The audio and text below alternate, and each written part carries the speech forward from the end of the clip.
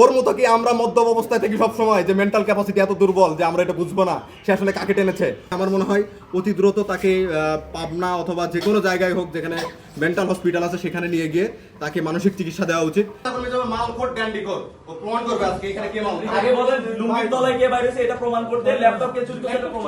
আমাদের যে ছাত্র অধিকার পরিষদ আছে তার যে মাদার সংগঠন গণ অধিকার পরিষদ তার প্রধান নুরুল হক নূর, আপনারা সকলেই জানেন, সে কি পাগল পাইছে? বিশ্ববিদ্যালয়ের শিক্ষার্থীরা আমরা কি গাধা?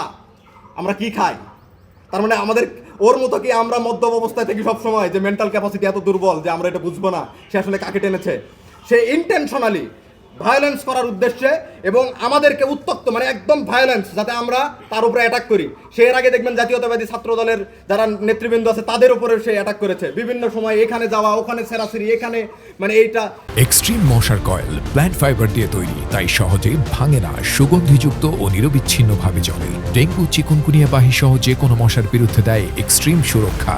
যা খুশি তা না এই বিশ্ববিদ্যালয় করে যাচ্ছে।